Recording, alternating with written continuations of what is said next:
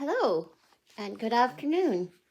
I thought it was Scrap and Grandma here came on and decided to show you some of my Christmas slash winter projects that I got hiding away and haven't finished yet. Yeah, I have a lot, but anyway, it's fun. I think I just collect them. But this is my first one, and it's a cardinal, red cardinal, and it's done on black, and it's by Dimension, and you can see it's 11 by 14 inches, which is a bit of a challenge because I never worked on black, and yeah. So I got about this much done. And I had to get my eyes done a couple of years ago. I've had it, and I didn't know about stamp cross stitch until just after COVID, in the middle of COVID. What is they talking about? And then I realized, oh, this sounds good. I think I'll try cross stamp. And it was fine. And then I got my eyes, had trouble. I had the ocular implant and my cataracts removed, and it took about 6 months for them to get back to normal because I got a stupid issue problem. And with my eyes, I don't know, I couldn't drive or do anything much, but they're fine now. And yeah, so that was like 2 years ago. So that's how much I got done. But I did grid this because that's about the only way you could do it. And make sure you have a really good light. And something white behind it really helps.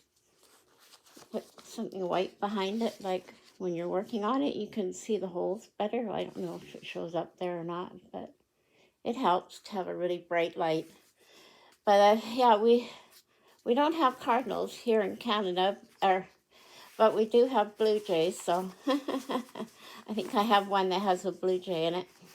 And I hope this is recording properly because I already did it once and it did it in slow motion in my own room. It's like I said, I'm technically challenged, but that way, but not in every way, just certain ways. And this is another cardinal. I haven't started it yet, but I thought I'd keep them together so I didn't lose them. And they're both by Dimensions. And what I did was this is the other one I did. I punched holes on the other side of the colored, a little tip. Just punched holes and put them on the other side. Then, because I didn't like pulling them out, it was just too much for my fingers to pull out one strand at a time. I might as well just, have them that way. And then you can add, if you run out a tiny little bit, at least you can add it onto there, whereas you can't when you're working with these. So that's my tip for working on black. And I haven't started this one yet, but it's a really pretty one too. And it's 15 by 9. Oh, 15 by 9. And it's the Dimensions as well. I haven't really kitted this one up either.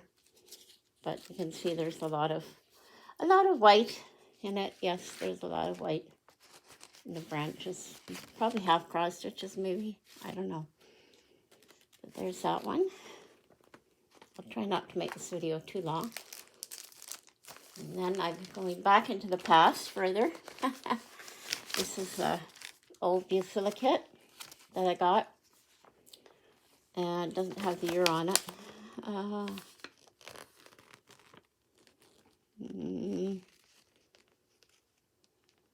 No, not on this one. Sometimes I put the year on. I'm guessing it's around 2000 or so. Yeah, it's a bell pull. Isn't that neat? And I think I've lost little bell pull thingies, but it's not a big deal. I can always kept moving things around and losing things. And I haven't really started this one yet, but it's fairly long. And it's 14 count as well. And white 8 o'clock. And The colors keep really well with DMC. I'm kind of surprised over the years. Yeah, I still have my mom's DMC, which is older than me. Yeah, and there's the colors. There's a Christmas Birds, it's called. And it's got a castle on the end, which is why they have all this red thread, which isn't too hard to do. So I would probably start at the bottom somewhere, so you make sure you get the point in the right spot. Do the border all around. Doesn't look too intimidating. Well, probably easier than doing a dimensions kit. I don't really, I buy them because I like them, but I don't like doing them. Anyway, a lot nicer ones you can do, like Janlin, which is my next project to show you. It's a little 3 packages, well, 3 in a package that I got, and it's and they're only not very big, and I didn't get this one in the middle, so I'll have to figure out how to do the framing later. Whoops, which way is which? That's the one this mailbox one, this one here. And yeah, it has cardinals in it. And also mesh thread, you know, the silvery kind of horrible stuff, blending thread. And it came with 3. Yeah, they're not, only like 4 by 3 or something, and I still haven't got it done yet.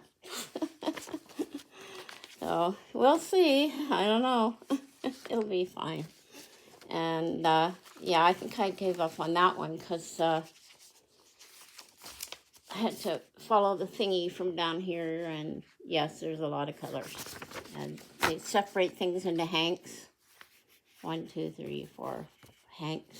So then you have to follow the charts are fine. Not too bad, but there's a lot of half stitches and stuff and blending. So I don't know. This kind of sorted these ones out on here, and so what hank it came from. So I didn't know how else to do it, just so I wouldn't get confused. And has a metal clip on the top. I had some of these. They're pretty good, and they had a little place for to put your needle. And that's my Jenny Lynn. That's probably about, what year does it say? It doesn't say, just as well. And so that belongs to the other one. Then I have a Creative Circle kit, 2 Creative Circle kits left. Oh, this is part 1. Yeah, I have a lot more. My little bunny rabbit. I'm going to put it in a tray. I have one in my tray already like this. I'm going to put this in a frame. I like the border. So if I had people for tea, I would. But there's all the thread for that one. I'll kit it up and ready to go. With these floss drops. Weird. I haven't numbered them yet, which I should, so in case I lose them. There's the fabric. And it's just, I gridded it. That was my way of gridding. The bunny, I think I started it down in here. So I usually start in the middle. I used to all the time. And then I got brave when I realized, you know, you don't have to start in the middle. As long as you got your grid figured out properly, you can start wherever you want, right? So that's that one. Put that back in here so it doesn't go AWOL. And one more for this session anyhow. I have to dig out the rest of my stuff. So this is a sampler, my Creative Circle. And it's pretty large. It's a nativity. It's 12 by 16. And you can put your name on this one. And it's fairly simple. It's not that fiddly, or just the border might get a little tiresome, but you know, you all have to have something in them or they won't be pretty, right? And they give you enough thread, and I punched holes in. It's had nothing to do in COVID, so I sorted through my stash and sorted out all my threads so they wouldn't get lost or whatever. And there's all the thread for that. And it's a fair-sized piece of canvas, so yeah, it's pretty big. So probably wider than it needs to be, but at any rate, that's the size of that. And it's really nice. It's really well. It's almost as stiff as the canvas that you get now. Almost. Yeah, almost. Except I like the Aida cloth better when you're doing counted. It makes nicer in your hands. And this is the chart, of which is not too bad to follow. So to give you a good size chart all on one piece, so that's always nice. How to do your name on the bottom and whatever you want in between. So I don't know which is your favorite. I got this one,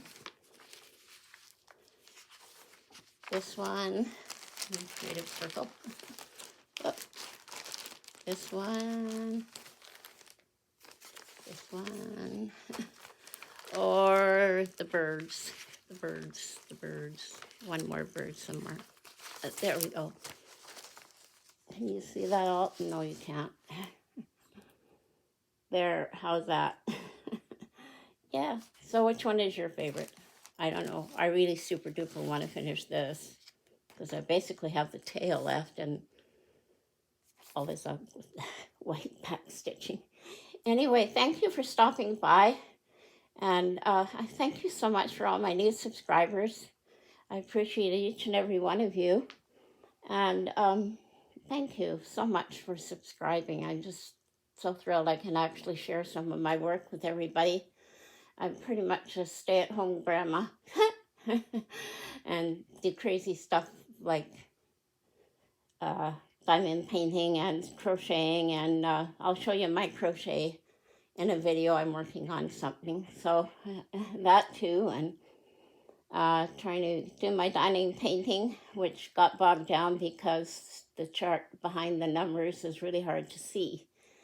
And so it takes a lot of time, and it's fairly big, 40 by 40. Yeah, it's taken me a little longer. I've been avoiding it. So trying to get back into it again. I started the lighthouse, but that didn't help. So anyway, you all have a great day, and hope you enjoyed my part 1. Bye. Part 2 tomorrow.